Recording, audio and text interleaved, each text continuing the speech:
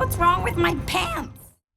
You've seen the title and the thumbnail to this video. You're probably not surprised. Yes, Arcane is a symphony of art and a celebration of the most amazing things that have ever been accomplished on the silver screen. This show has a mastery over 3D and 2D animation, the way it applies visual effects to the screen, the way scenes are paced, and the way music is injected into the choreography so amazingly.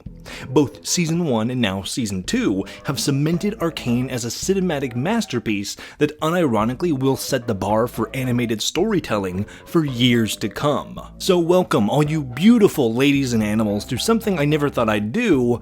Let's talk about League of Legends, or at least the best thing to come out of it. Also, obviously I can't just be showing clips from this series, so I hope you enjoy this gameplay of me playing Space Marine 2 in the background. At least I tried to make them the same color palette as the characters from Arcane. Also, yes, there will be spoilers for all of Arcane, otherwise I wouldn't really be able to talk about it. So there's your warning.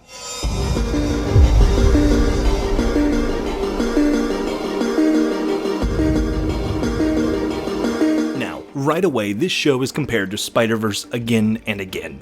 I get it. They're both incredibly stylized, energetic, and comic booky superhero stories that use a blend of traditional animation with revolutionary 3D styles, while also making sure the music is an important pillar of the overall piece. And let me preface my not-so-hot take with this. I love Spiderverse. Miles is my favorite Spider-Man because of these movies. One of one.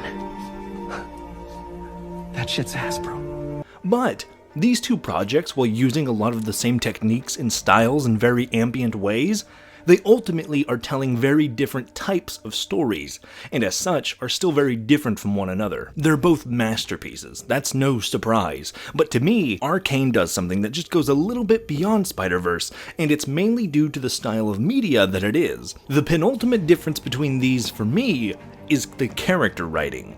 No matter what happened in the past, it's never too late to build something new. In Arcane, each and every character, from the one-off side characters we see once, to a Chem Baron who only really appears in 3 scenes, all our minor characters have roles and are fleshed out. Even the captain dude who follows Mbessa, we can see a personality and character in him, even when he's just in the background, listening to Mbessa and Caitlyn talking. As well, of course, his existence is used to further Mbessa's character. She's a finicky, sly, and conniving soldier. So of course, as she's talking about how magic is so cowardly and distasteful, we can literally see the hypocrisy of her words unfold in front of us as the lieutenant is doing some sort of spell dickery in the bowl. This is just a single, lone scene of the creators trusting us as they show us her true colors, rather than telling us, oh yeah, Mbessa lies a lot, don't trust her. The show is incredibly trusting of their audience. Almost nothing in the show is vividly explained. Another strong arc coming out of the middle of Season 2 is the fissure between Jace and Victor. At the end of Season 1, Victor is begging his partner to destroy the Hex Core because it's dangerous. Then some terrorism happens, and the core saves Victor, so Jace refuses to destroy it after.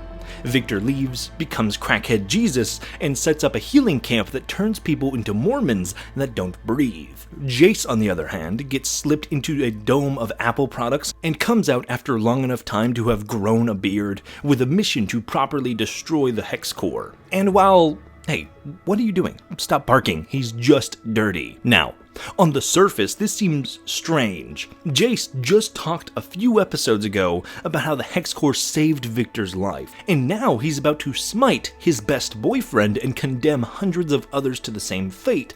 But there's a reason. The show doesn't give us a single line of dialogue from Jace as to what's happened or what he's seeing up to the end of Act 2, but it gives us all the crumbs to understand what's going on. From Saulo not giving off any breath in the chamber to Jace's visions of automatons in place of the apostles, of his promise to Victor reignited after coming back from his grace with the Arcane. And then of course in Act 3, that's all confirmed. Each and every little touch from the show always comes back. From the scientist in Vander, to the fact that you can determine how the Undercity of Zaun is doing based on Sevika's arm. In the beginning, under Vander, she has 2 arms. She's whole. After Silco takes over, she's got 1 robotic arm, made for combat and empowered by Shimmer, showing us that you need to be tough to make it in the underground. Then, as Jinx is coming up and becoming a hero to Zaun, she gets another arm, not boosted by Shimmer, but made by Jinx.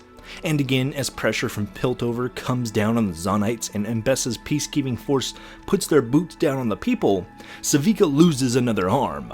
It's such simple yet perfect visual storytelling that isn't even that important in the grand scheme of things. It's never made a focal point of the series, but it just goes to show what's happening in the world, and even subconsciously we get an understanding of how the politics between Zaun and Piltover affect the regular people on the ground. The grunts like Sevika, who do all the dirty work but aren't in charge, not given the power to negotiate for their freedom like how Silco and Vander had done, until of course the very end.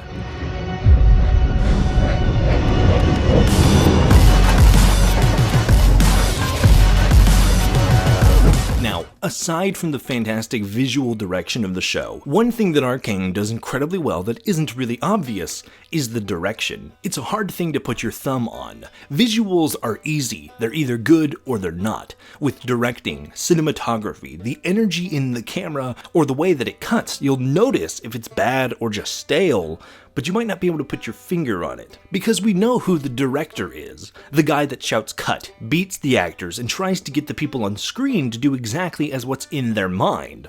But when it comes to animation, we tend to forget that there's a strong sense of direction and artistry that goes into it, outside of the rare exception with creators like Miyazaki and Studio Ghibli. We tend to wash over how impactful the director is to the final product of an animated feature, because we focus a little too much on the animators, if not J.K. Simmons. Please.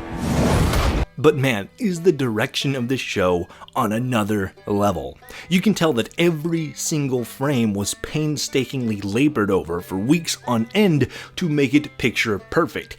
Every little element in the production is just perfect. From the simple stuff like making their amazing compositions line up with the fight scenes, to this fantastic fight towards the beginning of season 2 that balances a clash of the main sister duo in the discovery of a greater arcane magic through some incredible visual storytelling.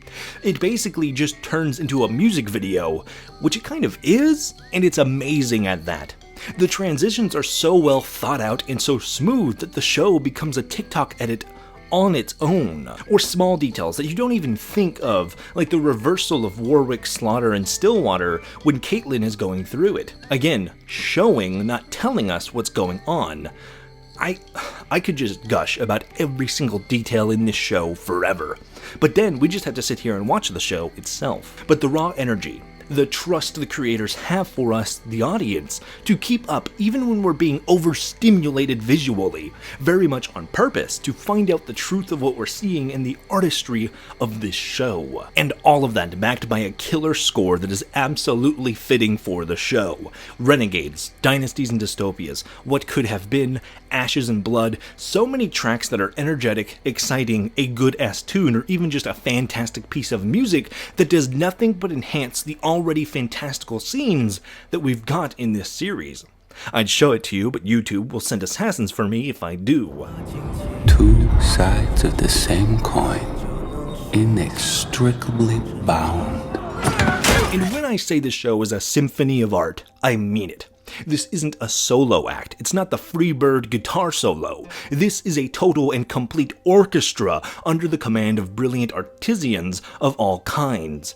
Musically, the animation, the textures, the effects, the lighting, the pacing, the acting, the directing, the visual and metaphorical storytelling that blends all of these elements and more. It is an absolute achievement, a tour de force that Fortiche has given us to feast upon. This will be the benchmark for animated series going forward. And whenever Beyond the Spiderverse actually comes around, it is going to eventually be compared to Arcane in its entirety. The entire series from the ground up, the writing, the acting, the music, the technical achievements, and all are just so perfect that it's almost magical. Or I guess you could say, made with arcane methods. Okay, I'll see myself out. This has to end.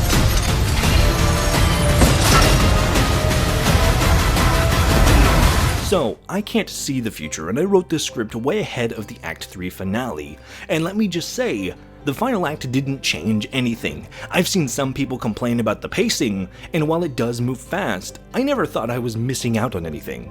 I felt, at least for me personally, there was enough subtext in characters' actions and choices to explain what was going on. Like, I've seen the complaint that they basically don't talk about Isha at all in Act 3. But that's just not true. We literally watch Jinx try to kill herself several times over, so broken up over the fact that Isha had been lost along with the others that she perceives as being her fault.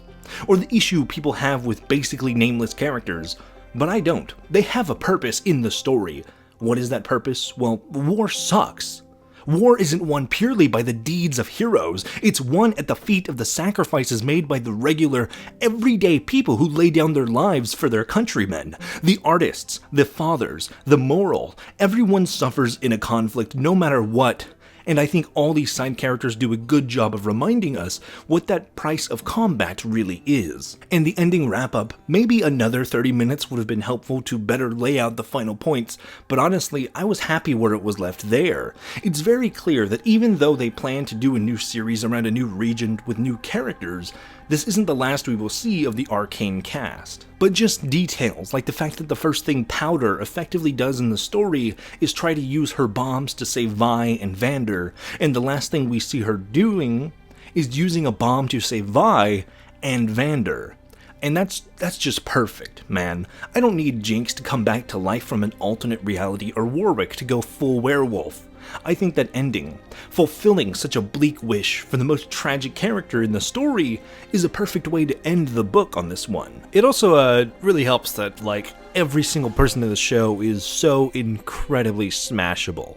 Like, I haven't seen this level of smash since Baldur's Gate 3. Like, everyone. I mean, minus the literal child, but like, every single person. Look at this. You tell me this little rat thing doesn't have any qualities? I mean, he's a businessman.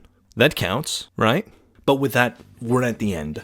Thank you very much for watching. If you've liked this, be sure to subscribe, share, and like the video. If you want to support what I do here on YouTube, you can also become a member or a patron and get early access to every single video up to a week early, with some extra bonuses like being able to read my scripts and see some other behind the scenes content. And like always, if you want to support me in helping a good cause, pick up something from my merch collections linked below. Whether it's a shirt, jacket, apron, or a mug, each and every dime from sales are being donated directly to my local food bank. So get yourself an awesome, super soft piece of clothing while doing good at the same time. As always, stay cool, have fun, and be awesome. Buster out.